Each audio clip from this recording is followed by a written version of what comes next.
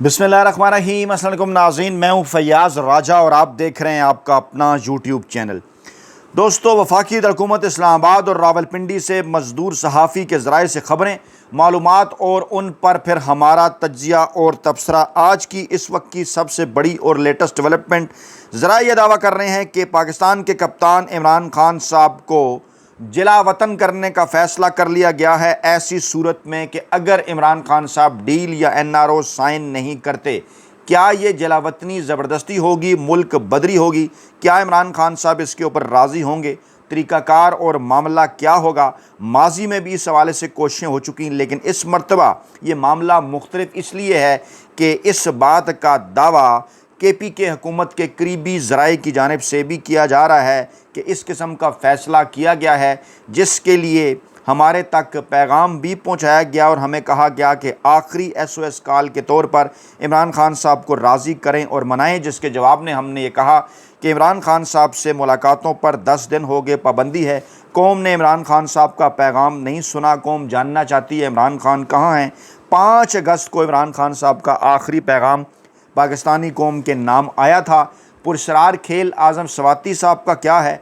अली अमीन गंडापुर ने 96 घंटे खामोश रहने के बाद ज़ुबान क्यों खोली है? इन दोनों का क्या किरदार है पाकिस्तान तहरीक इंसाफ के अंदर और उसके साथ साथ पाकिस्तानी इस्टेब्लिशमेंट के साथ किए गए राब्तों में और दूसरी जानिब से पैगाम रसानी में? ये तमाम तर तफसीलात जनाब आपके सामने रखेंगे, लेकिन क्योंकि बैकग्राउंड कॉन्टेक्स्ट के तौर पे आपके सामने इमरान खान साहब का आखिरी पैगाम आज़ाद रखना ज़रूरी है, पहले वो सुन लें ताकि मामलात ज़रा रैप अप करें तो आपको अच्छे तरीके से समझ आ जाए कि मामला बेसिकली है क्या। इमरान खान साहब ने क्या कहा था जिसके बाद ये बड़ा फ़ैसला लिया गया है, जिसमें इमरान खान साहब को मुल्क से जलावतन करने का मंसूबा है। सऊदी अरब या लंदन, क्या किरदार होगा उनका? इमरान खान ने कहा था आज से जो है वो चंद दिन पहले अपने आखिरी पैगाम में, जो आखिरी इंटरेक्शन इमरान खान साहब की 5 अगस्त के बाद हुई थी, 5 और 6 अगस्त की दरमियानी रात, जब 5 अगस्त को पाकिस्तान तहरीक इंसाफ ने तहरीक चलाने का ऐलान किया था, वहीं अवामी तहरीक लोग निकले थे बड़ी तादाद में।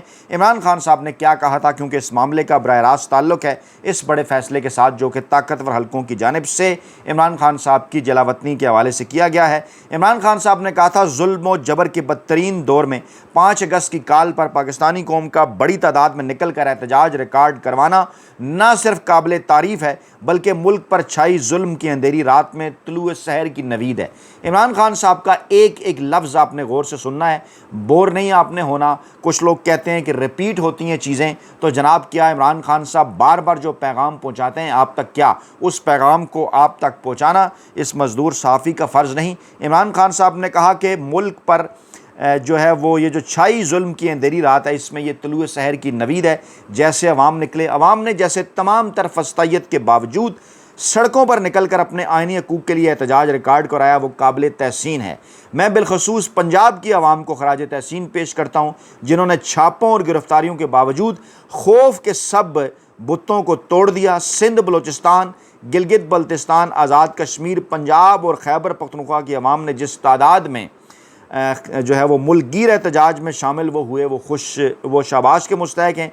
लीडरशिप पर प्रेशर के बावजूद भरपूर मुल्कगीर एहतजाज अवामी शऊर और बेदारी का शानदार मज़र है। इमरान खान साहब ने इस जानिब भी इशारा किया, लीडरशिप पर प्रेशर है, वो नहीं निकल रही, अवाम खुद से निकल रहे हैं, जो कि शऊर और बेदारी का शानदार मज़र है। पाकिस्तान की तारीख़ में आज तक किसी डिक्टेटर के मार्शल लॉ दौर में इस कदर जुल्म नहीं हुआ जितना आसिम ला में आसिम मुनीर कर रहा है। इमरान खान साहब ने नाम लेकर ये बात की, उन्होंने कहा मौजूदा दौर का मुवाजना सिर्फ यहिया खान के दौर से किया जा सकता है, जब अवामी राय को रौंदने की गर्ज से मुजीबुर रहमान की पार्टी और अवाम पर फस्तैयत के पहाड़ तोड़े गए और महज अपने इक़्तिदार के लिए मुल्क को 2 लाख कर दिया गया। आज मुल्क में जो हो रहा है वो सकूत ढाका के दौर की याद ताज़ा करता है। तब भी जमहूरियत का गला घोंट कर कानून की बालादस्ती का मुकम्मल खात्मा कर दिया गया था, मीडिया की आज़ादी और एहतजाज का हक़ छीन लिया गया था और मुल्क में सिर्फ जंगल का कानून नाफिज था। इस जबर के निज़ाम से निजात सिर्फ तभी मुमकिन है जब ये कौम यकजा होकर खड़ी होगी। इमरान खान साहब ने कहा, हमारी तहरीक का अगला अहम दिन, उस वक्त इमरान खान साहब ने कहा था 14 अगस्त है, और 14 अगस्त को वाकई पाकिस्तानी अवाम जितनी बड़ी तादाद में निकले वो आपके सामने है।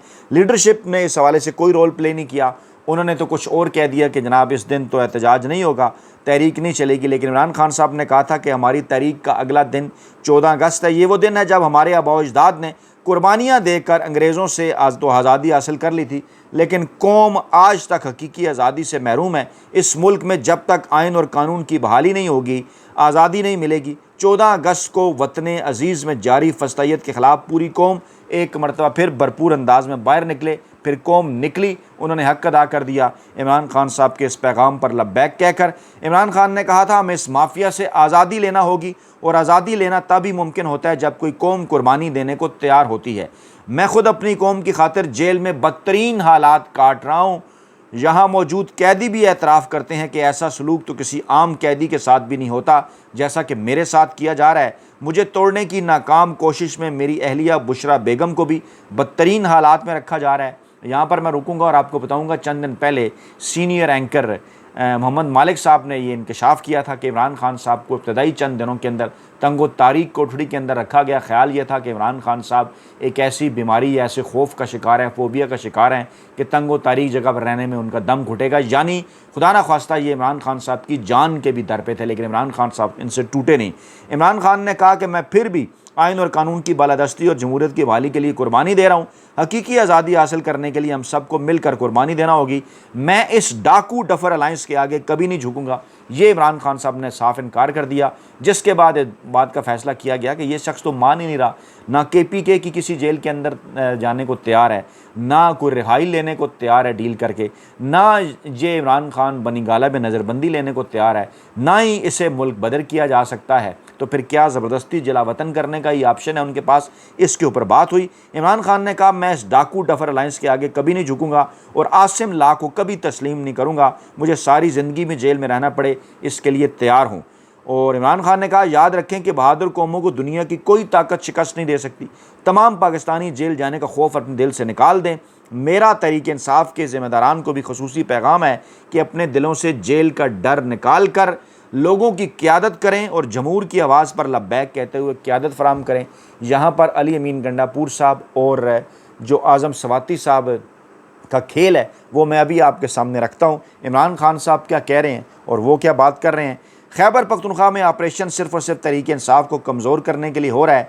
ऐसा ही ऑपरेशन ANP के दौर में भी किया गया था और मुशर्रफ दौर के नाकाम पॉलिसियों को अपनाकर ANP खैबर पख्तूनख्वा में ख़त्म होकर रहेगी। जी हाँ, ये वाज़ेह इशारा है इमरान खान साहब का कि अवामी नेशनल पार्टी को ख़त्म करने के लिए इस किस्म का ऑपरेशन किया गया था। अब पाकिस्तान तहरीक इंसाफ को ख़त्म करने के लिए ये सब कुछ हो रहा है। मेरा हमेशा ये मौक़िफ़ रहा कि फ़ौजी ऑपरेशन किसी मसले का हल नहीं होता, बल्कि इससे दहशतगर्दी, नफरत और तबाही मज़ीद फैलती है।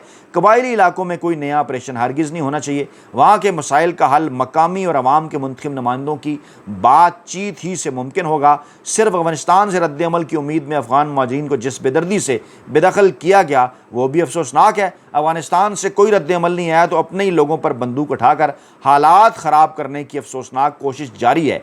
एक मरतबा फिर वाज़े कर रहा हूँ कि जिन मेम्बरान असम्बली को नाहक नाअहल किया गया है, इन नशस्तों पर कोई इंतखाब नहीं लड़ेगा। और यहाँ PTI की क़यादत ये कह रही है कि अभी ये फ़ैसला हतमी नहीं है। इमरान खान ने कहा इन तमाम लोगों ने मुश्किलात के बावजूद तहरीक इंसाफ पर यकीन किया और पार्टी का साथ नहीं छोड़ा, लिहाजा ये सीटें उन्हीं का हक़ हैं। ज़िमनी इलेक्शन में हिस्सा लेने का मतलब होगा कि हम उनके नाजायज़ अमल को जायज़ करार दे दें। ज़िमनी इलेक्शन में हिस्सा लेना हमारे लोगों की कमर में छुरा घोंपने के मुतरादिफ होगा। आइन और कानून की बहाली के लिए कामयाब आल पार्टीज़ कॉन्फ्रेंस के इनेकाद, कौमी डायलाग के आगाज़ और अहम कौमी मसाइल के हल पर मुतफ़िक़ा तजवीज़ पेश करने पर तमाम शुरका और आर्गनाइज़र ख़ुसूसन तहरीक तहफ़्फ़ुज़ आइन के उहदेदारान मुबारकबाद के मुस्तहिक़ हैं। ये इमरान खान साहब ने जनाब आखिरी गुफ्तगू की थी और इमरान खान साहब ने बड़ा वाज़ेह पैगाम दे दिया था कि तहरीक चलेगी, कोई ज़मीनी इंतखाबात में हिस्सा नहीं लेंगे और किसी किस्म की कोई डील ताकतवर हलकों के साथ नहीं होगी। उसके बाद जनाब आज क्या ख़बर आती है, हुकूमत की तरफ से आज़म सवाती साहब को सफ़र की इजाज़त है। आज़म सवाती साहब वो पहले शख्स थे जिन्होंने इस बात का ऐलान किया था कि 14 अगस्त को इमरान खान साहब की रहाई के हवाले से एहतजाज नहीं होगा या तहरीक नहीं चलेगी, बल्कि इस दिन तो जश्न आज़ादी मनाया जाएगा। ठीक है, जश्न आज़ादी भी इमरान खान ने मनाने का कहा, लेकिन इमरान खान ने कहा था कि एक हाथ में पाकिस्तान का और दूसरे हाथ में पाकिस्तान तहरीक इंसाफ का परचम हो और लोग निकले भी, लेकिन आज़म सवाती साहब ने किसके कहने के ऊपर ये बात की थी कि इस दिन कौम जो है वो इमरान खान साहब की रिहाई के हवाले से बात ना करे? क्या आज़म सवाती साहब को उसका फल मिल रहा है? बैरून मुल्क उनकी रवानगी के हवाले से वज़ीर ममलकत बराए दाखिला तलाल चौधरी ने कहा कि जनाब हमारी तरफ से आज़म सवाती साहब सफ़र कर सकते हैं, हमारी तरफ से वो ब्लैक लिस्ट के अंदर नहीं है। आज़म सवाती साहब का अगर बैरून मुल्क जाना ज़रूरी है तो उन्हें ज़रूर सफ़र करने दिया जाए, और पहले भी इजाज़त थी और अब भी वो जा सकते हैं। और गुज़श्ता हफ़्ते उन्हें पेशावर एयरपोर्ट पर रोका गया था बैरून मुल्क जाने से, और उन्होंने फिर तौहीन अदालत की दरख्वास्त भी दायर की थी क्योंकि उन्हें तो जाने की इजाज़त पहले ही थी। लेकिन उसके बाद फिर उनका एक बड़ा मानीखेज़ बयान आया और ECL से उनका नाम निकालने के अहकामात जारी करते हुए बैरून मुल्क जाने की पेशावर हाई कोर्ट ने उन्हें इजाज़त दी। उसके बाद उनका एक बड़ा मानीखेज़ बयान सामने आया जिसमें उन्होंने कहा कि नहीं जनाब, इमरान खान साहब जो कि ख़ुद अपने इस पैगाम में ये बात कर रहे हैं कि 14 अगस्त को आप हकीकी आज़ादी के हवाले से भी बात करेंगे, तहरीक चलाएँगे, और उस पर आज़म सवाती साहब कह रहे हैं कि नहीं जनाब, हमारा ऐसा कोई प्रोग्राम नहीं है, ये तो सिर्फ योम आज़ादी है। दूसरी जानिब जनाब अली अमीन गंडापुर साहब ने भी एक स्टेटमेंट दी है। उन्होंने क्या कहा है, बराह रास्त उन्होंने नाम तो नहीं लिया GHQ का या पाकिस्तानी इस्टेब्लिशमेंट का, लेकिन रियासत का जिक्र उन्होंने किया, और ये ज़ुबान उन्होंने कमोबेश 96 घंटों बाद खोली है। गुज़श्ता 96 घंटों से अली अमीन गंडापुर साहब का पाकिस्तान के योम आज़ादी या हकीकी आज़ादी या इमरान खान साहब से मुलाकातों पर पाबंदी या दीगर मामलात के ऊपर कोई बयान हमने देखा और सुना नहीं। आपने अगर देखा सुना हो तो ज़रूर हमें बताएं। 96 घंटों बाद उन्होंने ज़ुबान खोली और कहा कि रियासत ने इमरान खान को जेल में डाला हुआ है। रियासत चलाने वालों को बताना चाहता हूँ कि वक्त हमेशा एक जैसा नहीं रहता, हम कानून की पासदारी कर रहे हैं, लेकिन मेरे अवाम के हकूक़ को कौन देगा?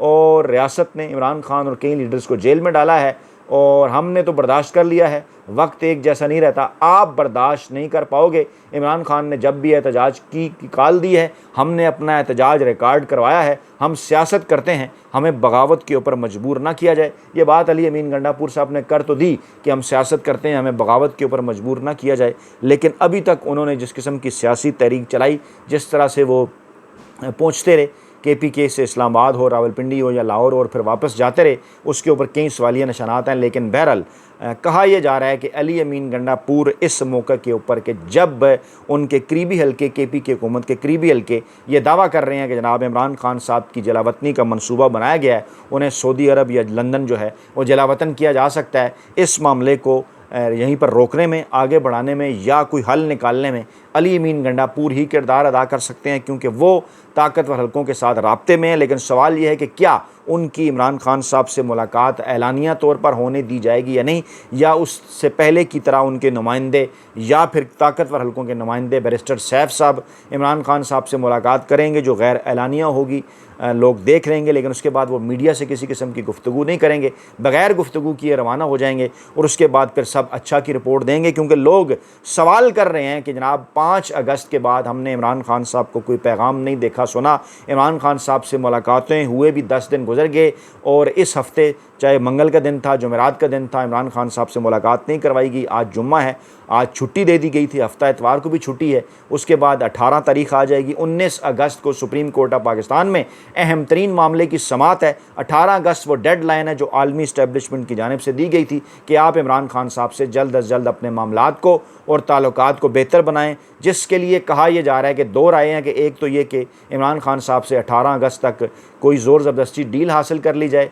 या उन्हें इस बात के ऊपर मना लिया जाए कि आप जिलावतनी इख्तियार कर लें, आप जो है वो बैरून मुल्क चले जाएं और इसको रिहाई मान लें और इस सिस्टम को कुछ अरसे के लिए मान लें, उसके बाद आप वापस आ जाएं। या फिर अगर इमरान खान साहब ये नहीं मानते और इमरान खान साहब को जलावतनी पर या इमरान खान साहब को मुल्क बदर करने पर अगर मजबूर नहीं किया जा सकता, कानूनी रुकावटें हैं, तो फिर जो है वो आलमी इस्टेब्लिशमेंट से, ताकतवर हलकों से, सऊदी अरब से और इसके साथ साथ लंदन से, अमेरिका से मज़ीद जो है वो वक्त मांगा जाए, जिस वक्त के मुतल्लिक़ कहा जा रहा है कि ये वक्त अगले 90 दिनों का होगा, यानी 20 नवंबर 2025 के आसपास। और नवंबर 2025 इसलिए भी अहम है क्योंकि यही वो महीना है कि जब मौजूदा आर्मी चीफ साहब की मुद्दत आइन और कानून के मुताबिक जो है वो 3 साल की जो उनकी मुद्दत है वो 29 नवंबर को ख़त्म होने जा रही है। लेकिन 26वीं आइनी तरमीम के बाद एक क्वेश्चन मार्क था उस कानून साजी पर, जिस कानून साजी के ज़रिए आर्मी चीफ साहब की मुद्दत 3 साल से बढ़ाकर 5 साल की गई।